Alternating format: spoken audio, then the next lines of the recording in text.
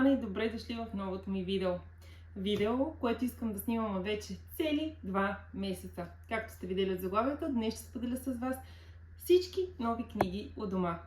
Такова видео съм снимала последно март месец и от доста време се каня, но все чаках някакви поръчки или чаках да ми е удобно като време, да мога спокойно да ви заснема, така че дойде този момент. Направила съм си една статистика. От началото на годината си записвам всички нови книги. На мен, на децата и колко сме прочели. Сега, от началото на годината, лично мои, без тези на децата, имам 50 нови книги. Аз съм прочела 54. Което като съотношение е добре, защото прочетените са повече от тези, с които съм се здобила.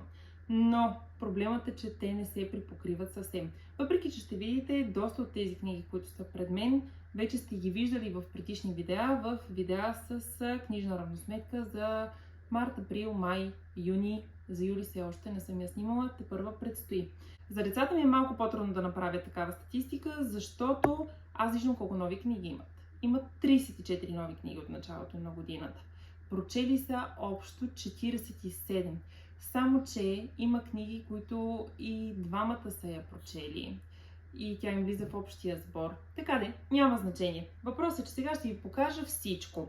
Ще го направим както го правих и предишните пъти. Първо ще ви покажа кои са моите книги, като съм ги разделила по издателства. След това ще ви покажа кои са и книгите на децата. Имам доста нови книги, защото през последните месеци си дебна промоцията, която е в Озон. 3 е равно на 4 и съответно няколко пъти си правих такава поръчка.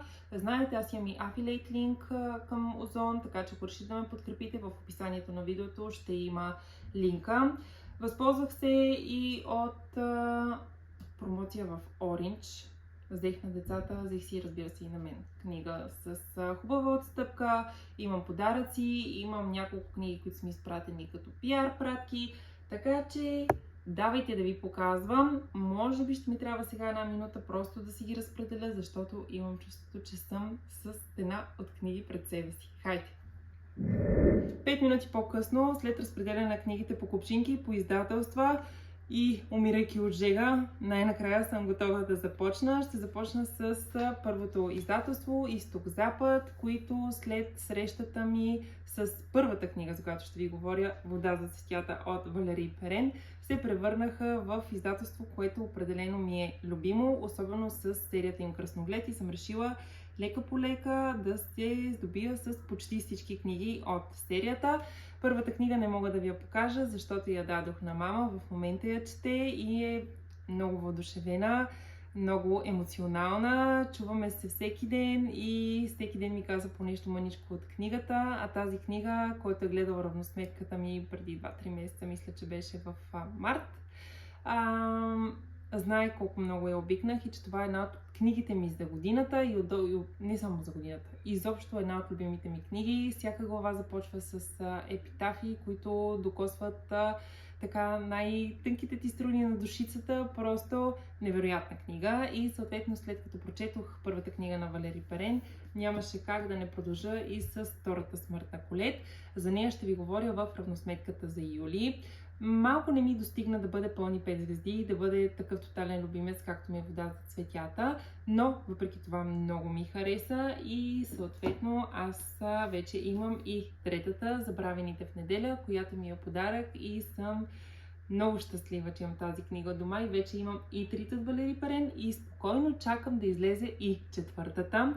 Тази в началото мислех, че няма да искам да я чета, защото събитията и сюжета, доколкото знам, се случват на фона на война. Знаете, аз избягвам тази тема в книгите, но когато се докоснеш до думите, творчеството, богатството, което дава Валери Перен на нас, читателите, просто не мога да се стърпя и искам да я прочета и нея. Мисля, че съвсем скоро ще ви говоря и за нея. Сега, две книги, които отново са от тази серия и това е Островът на морските жени и Женския кръг на Лейди Тан от Лиза Си. Преди, може би, около 2 години прочетохме с моите приятелки от читателския ни клуб Снежно цвете и тайното ветрило и това беше книга, която ме накара да се замисля, да ме накара да се почувствам разтърсена. Просто случваха се толкова неща в книгата и някои бяха толкова несправедливи и болезнени, а същото време истински. Истина за света, не просто в художествения сюжет вмъкнато нещо, а реалност от живота на тези хора. И реших, че през месец септември, тогава аз давам книга за читателския ни клуб. Всъщност тази година давам август и септември. Така ми се паднаха от листчетата, но за август четем Малибу пламъци. Това беше решено от мен още миналата година за Коледа, когато взех книгите за другарчетата и ми остана свободно за септември. И всъщност още се чудя коя от двете да дам. Ако някой от вас е чел някои от книгите на Лиза Си от тези двете, може да ми остави в коментар мнение, защото имаме време до края на август да избера коя да бъде книгата. И последната книга от издателство Изток-Запад, със сигурност не от серията Красноглед, става въпрос за Ловец на мозъци от Джон Дъглас и Марк Олшейкър. Зад кулисите на елитния отдел на ФБР за серийни престъпления. Тази книга я видях от Асто, Сизана Фая. И това, което ми хареса най-много е, че прототипът на специален агент Джак Крофорд от филма Мълчанието на агнетата и човекът, вдъхновил Томас Харис да създаде култовия образ на доктор Ханибал Лектър, ни въвежда зад кулисите на някои от най-ужасяващите, впечатляващи и предизвикателни свои разследвания по истински случаи. Знаете, аз обичам жанра, трилър, криминални романи. И това да бъде нещо реално ми звучи доста интригуващо. Дойде в предпоследната ми пратка, която беше от Озон. Даже може би беше последната, няма значение. Въпросът е, че аз не че съм тръгнала да я чета, но и да тръгна в момента не мога, защото мъжът ми я взе. И на него му представлява интерес. Той вече е на 20%, 15% примерно. И казва, че е доста интересна към този момент. Така че някога ще ме чуете и аз да ви говоря за тази книга. Това бяха книгите от Изток-Запад. Сега продължавам с Колибри. Друго мое любимо издателство. И първата книга сте я виждали. Това е Когато животът ти изпрати хипопотам от Анете Бирфелд. За съжаление с Варинка, героинята, която е в книгата. Не се разбрахме съвсем. Даже сега се замислих колко й дадох, 2 или 3 звезди, ще проверя и ще ви оставя някъде, защото не мога да си спомня. Щом не мога да си спомня, значи и да не съм дала 2, вече мога спокойно да ги дам.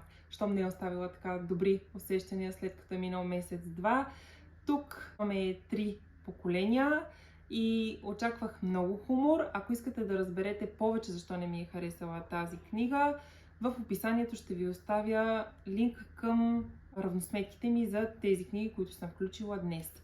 Продължаваме с още една книга, която се превърна в мой любимец. Толкова по-добре, Амелино Томп, категорични 5 звезди. Тепърва ще ви говоря за нея в равносметката за юли. Много ми хареса. Ако не сте се срещали с авторката, силно препоръчвам тази книга, но препоръката ми е преди това да прочетете Първа кръв, защото мисля, че повече ще я оцените. Така си мисля, защото за мен това беше въздействащо. Знаех се едната страна на монетата и можех сега да си изясня някои неща тук. Така, една книга, за която нямам търпение и това е Нефрите на война от Фонда Ли. Исках да я прочета през изминалия месец, просто не ми стига времето да прочета всички книги, които искам. Миналата година прочетох първата книга от сагата за Зелената кост. И искам да продължа с историята, да си припомня света, интригите, политиката, взаимоотношенията, задкулисните игри, фентази елементите, които има в самия роман и се надявам скоро да достигна и до тази книга. И докато сме на вълна фентази, да ви покажа и Аждер от Васил Попов. Аз я изслушах преди време в Storytel, но не можех да се огранича само с това да съм я изслушала. Исках да си я купя и на хартия, за да мога да си я държа заедно с Мамник, с Лехуса. Когато излезе и Караеврен, него също ще си го купя, въпреки че не събирам смелост да я изслушам в момента. Бях решила, че в момента, в който излезе, веднага ще я изслушам, само че две мои близки приятелки я изслушаха веднага след като излезе, буквално веднага. И двете ми казаха едно и също нещо: Светлана, не знам как ще издържиш това, което се случва в сюжета, защото в първите 5 часа има толкова събития, свързани с деца, бебета и така нататък, а тебе знаем каква си. И аз сега съм леко наплашена. Ама наистина съм си наплашена. И не аз да почвам, а също време искам да си я прочета, за да съм си приключила цялата поредица. Обаче, така, давам си време. И като споменах Storytel, чак сега се сетих, супер инфлуенсър съм. Аз не се приемам за инфлуенсър, за това. Но в описанието ще има и моят линк, с който може да пробвате 20 дни безплатно в Storytel. Така, още 2 книги от издателство Колибри. Едната не съм я прочела и това е Компания от лъжци на Келси Кокс. Вижте колко е красива. Това от книгите, които така доста силно ме впечатляват като корици. Харесва ми. Предстои ми да прочета този месец, ако успея да си изпълня плана, защото плана ми е с 11 книги. 11 книги за мен по принцип е малко трудно да се случи, но аз всеки път така си правя един огромен списък, пък което не успея го прехвърлям към следващия месец, така че ако не успея за месец август, ще я прочета през септември. И последната книга от издателство Колибри, за нея вече сте ме чували да ви говоря, Къщата на духовете, Изабела Алиенде. Дадох и 3 звезди и половина, мисля. Оценявам творчеството, труда, историята в този роман, но аз не успях да направя силна връзка с самите герои. В равносметката за месец юни може да чуете повече, ако ви е интересно. И сега, приключихме с издателство Колибри. Чакайте да ги преместя, за да не пречат. После като приключа с видеото, сигурно ще мини 20 минути с подреждане на книги. Насякъде има дупки около мен, но това са 50 книги. Айде не са 50, защото 50 са с на децата, но... на децата стоят другата библиотека, детската, но все пак са си доста книги. Сега, продължавам. Издателство Софтпрес. Меган Лали и Няма къде да се скриеш. Вълнувам се за тази книга, защото миналата година прочетох другата книга от авторката. Това не е моето име и много ми хареса. Водеше се тин трилър, но според мен си беше супер и за възрастни. А сега съм готова и за втората книга, която вече прочетох. Това е Интелект от Мария Пеева. Втора книга от разследванията на Емил Боев и майка му Светла. На мен доста ми хареса. Аз много харесах и първата част, реалити. Сега изслушах и Вудо, която така му остави малко със смесени чувства, но от трите всъщност не мога да кажа интелект или реалити. Може би тази беше по-реалистичната, но пък реалити много ми напомняше на Survivor, Игри на воля, на 10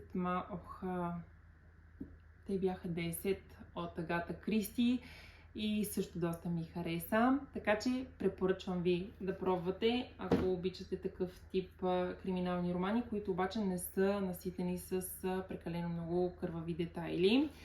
Още една такава книга, която е от този тип Убийство зад кулисите, разследванията на Попи Денби от Фиона Вич Смит. Много приятни, леки разследвания. Миналата година прочетох Джаз досиета и сега ми предстои и втората книга. И една книга, която на мен много ми хареса, Любов като роман от Ашли Постън. Какво се случва, ако попаднете в свят пълен с вашите любими герои и на вашето любимо местенце. Това е едно аз да попадна в Трите бора в Канада, ама ако може през лятото и ако може да няма убийство. Да, много ми хареса. И аз, въпреки че не чета любовни романи, на този роман му се насладих изключително много. Беше ми много нежен, лек, ненатрапчив, без излишни сексуални подробности, което за мен е важно.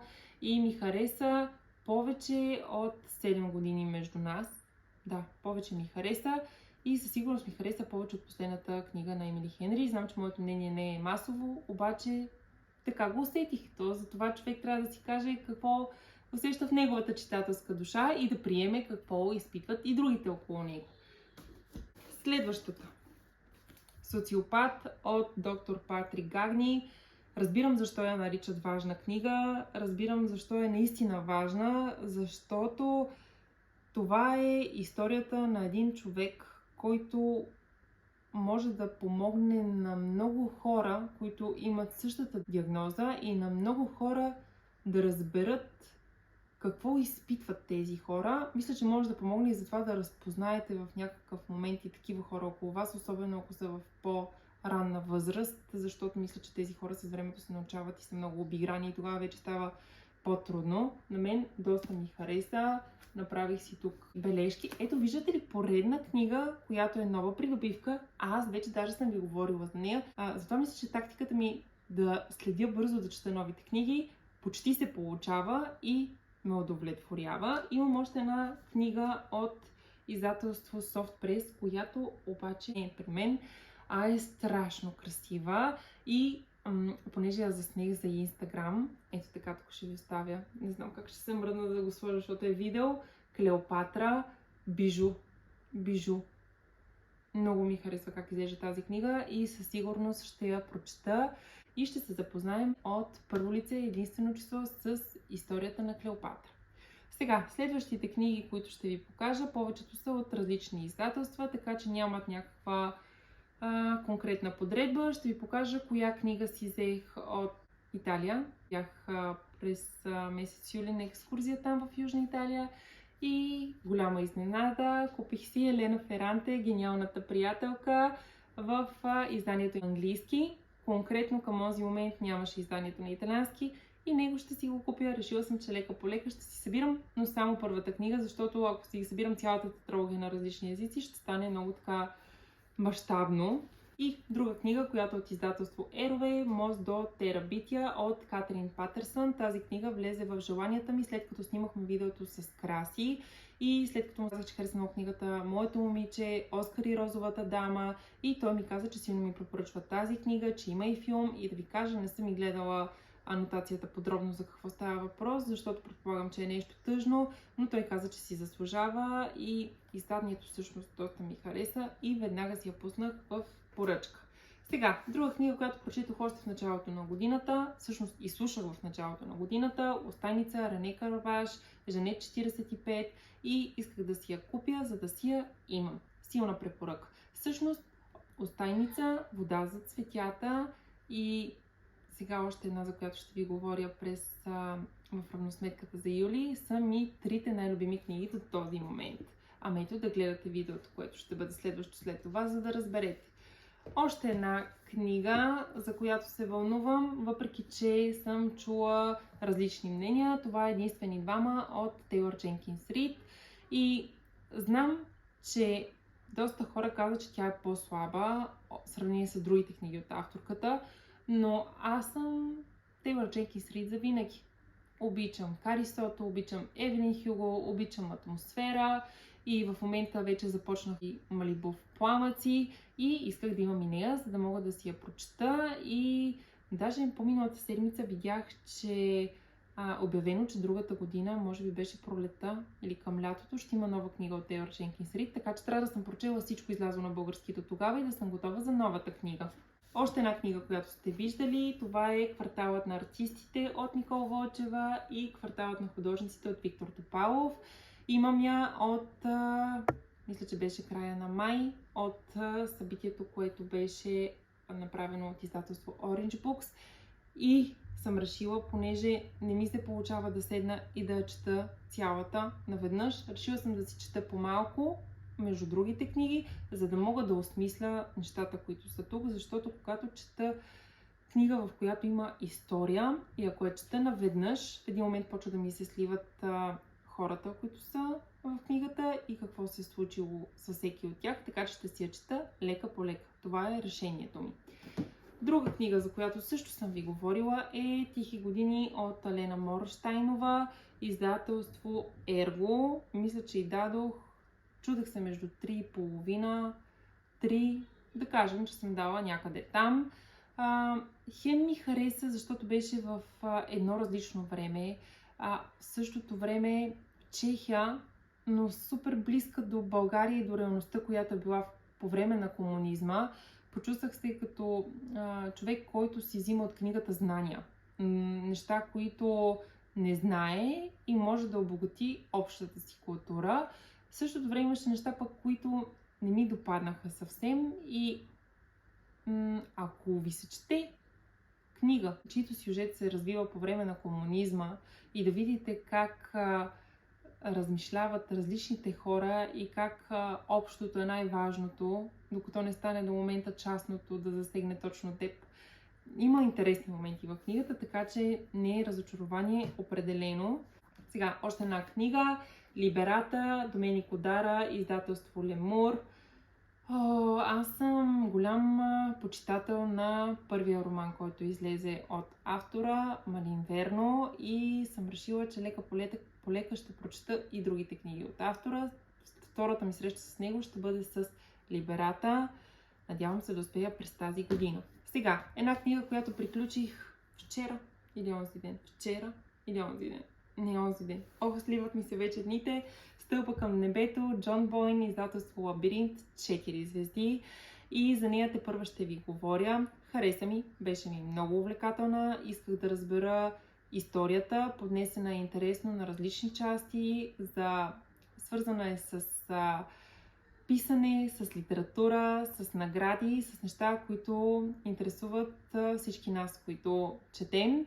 И много ми хареса, но пък имаше моменти, които бяха много удобни, имаше някои излишни неща и за това всъщност не можах да й дам по-висока оценка. Даже имаше момент, в който си мислех дали не е и под 4, но пък ако дам оценка чисто на интереса си, на това как преминах през историята, особено последните 100 страници не исках да спра да чета, не мога да й дам по-малко от 4. Книга, която не съм чела, Тайната история на Дона Тарт от издателство Еднорог, носител на Пулицър 2014 за Щиглецът. И тук сега всъщност не знам дали е Щиглецът или Щиглецът. Аз казвам Щиглецът. Вече се омешах съвсем. Така де, само че за Щиглецът не съм готова все още. Имах книжно човече около мен, което я прочете и знам, че я чете много дълго време. Беше ми казала няколко неща, които аз се опитвам с времето да забравя. Искам нищо да не знам как да почвам една история. Нали знаете колко съм луда на тема някакъв вид спойлер. И реших да започва с тайната история, защото ми беше дадена като лична препоръка и в последната си поръчка реших да си я поръчам и нея.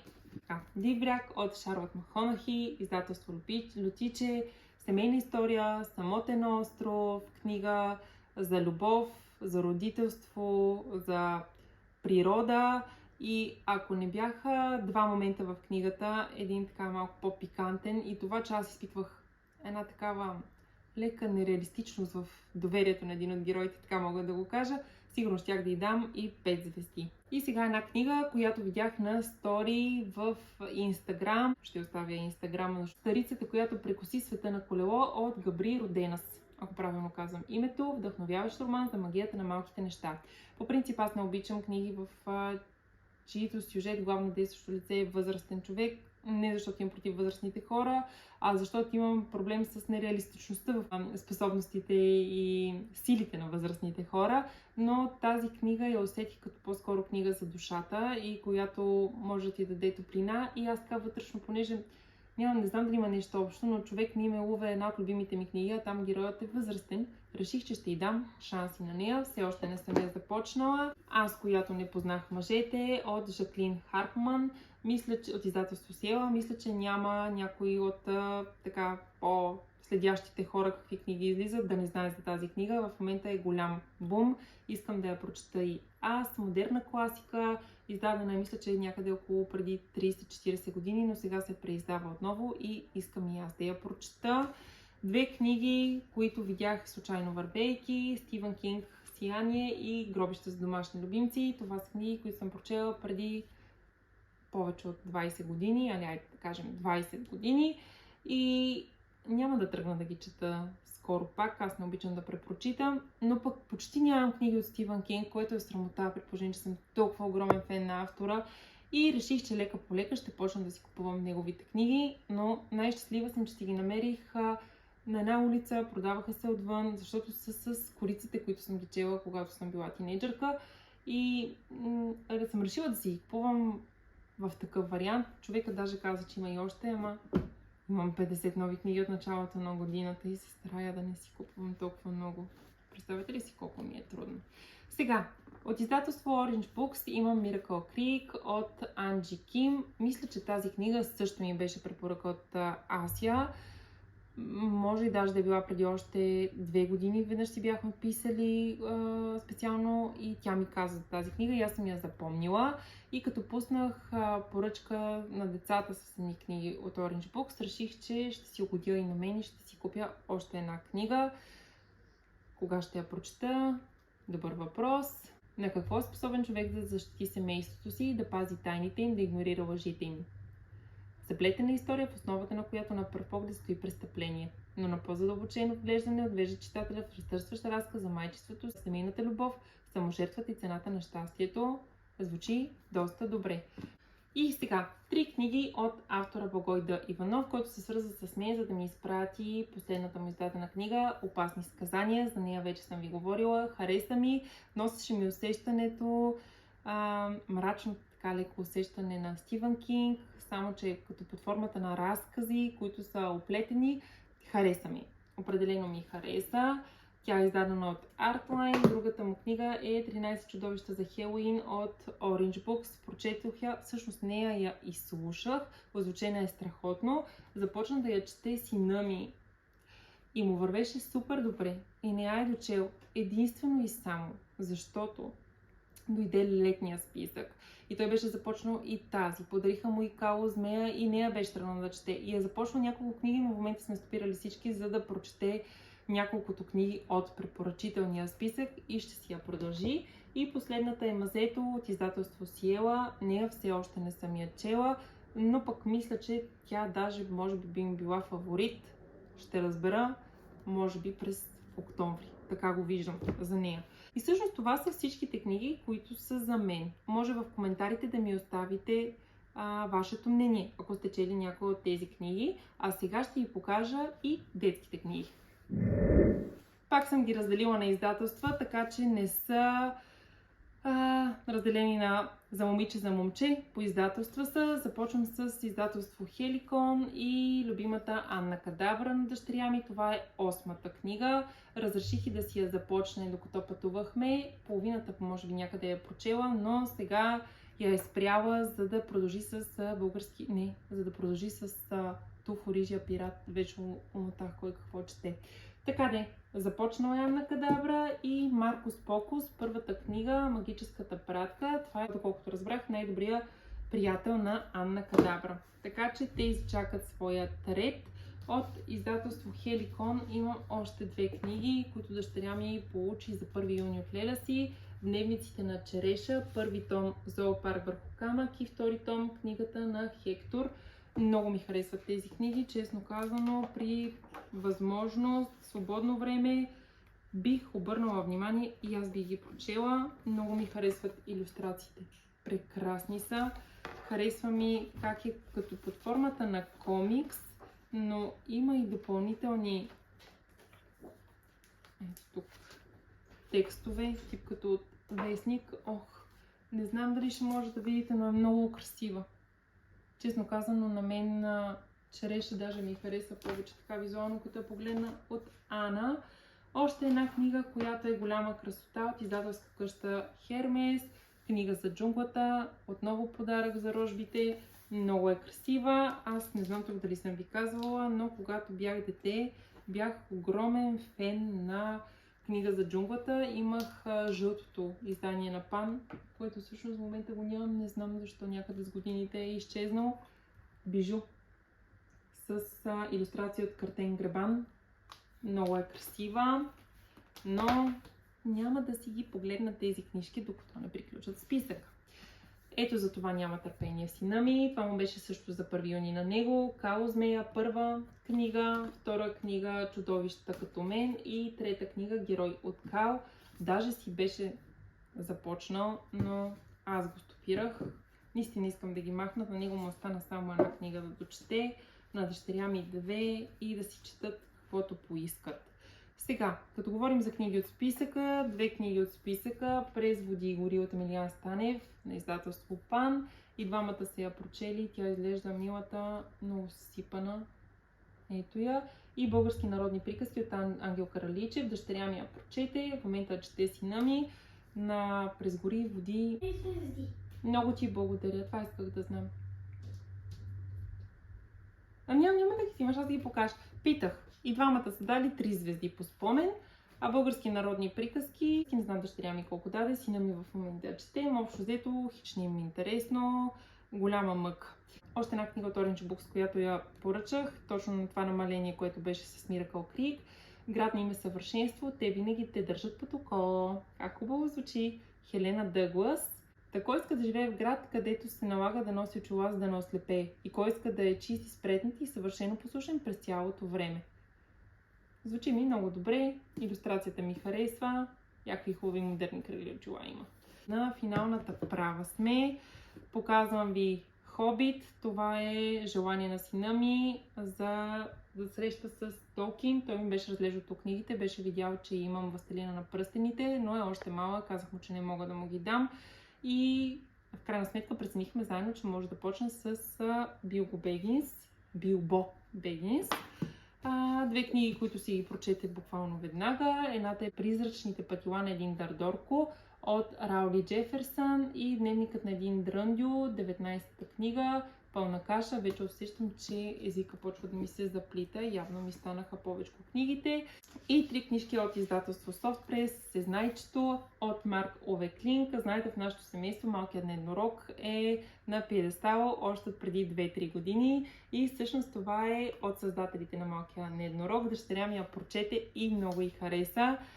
Този Сезнайчето е симпатяга. Чакайте да ви го покажа. Я го гледайте. Изглежда ми философко. Този Сезнайчето. И 2 книжки, които пристигнаха онзи ден. Супер прасета началото и Супер прасетата за Токоска и 3 мечки. Искам да ви кажа, че тези детски книжки, въпреки че са по-детски и изглеждат като за по-малки деца, бяха приети с радост, защото са голямо разнообразие на фона на През гори и води. Ето ги илюстрациите. Красиви са. И тези 2 книжки. И забравям ли нещо?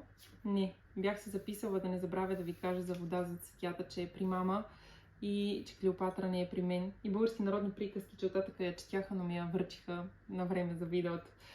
Това са всичките ми нови книги и се надявам през следващите месеци да се отдам така по-сериозно на това да ги прочета и да намаля определено непрочетените книги от дома. Разбира се, има книги, които очаквам. Даже точно преди да заснема видеото, видях, че Yesteryear са обявили, че излиза съвсем скоро на български. Минали години видях, че са същата корица, което на мен много ме изкефи. Има още някоя друга книга, която искам да си купя. Искам да си купя част от книгите, които ви казах от серията Красноглед. Искам да си купя всички книги на Лиза си. Има още една книга, която очаквам. Нея не ви я показвам, защото просто още пратката не е пристигнала. Поръчах си от Книжен пазар. Видях от последното видео на Стефи Витанова и ми направи силно впечатление, защото като човек, който се занимава с четене, с книги, това да мога да обогатя речника си и да имам повече познания, ми звучи доста добре. Кратък речник, литературен речник, но нещо друго беше. Сега мога да се объркам, така че ще ви го оставя да го видите. И това са всичките книги. Пак казвам, не забравяйте да ми оставите мнение за тези книги, които вие сте чели. Може да ми напишете кои книги очаквате вие, примерно през последващите 1-2 месеца. Започвате ли да се замисляте, въпреки че още началото на август, какво бихте си купили от алеята през септември, ако ще ходите. Знам, че в момента всъщност има алея във Варна, така че въпросите ми са за всички хора в България, не само към тези от София.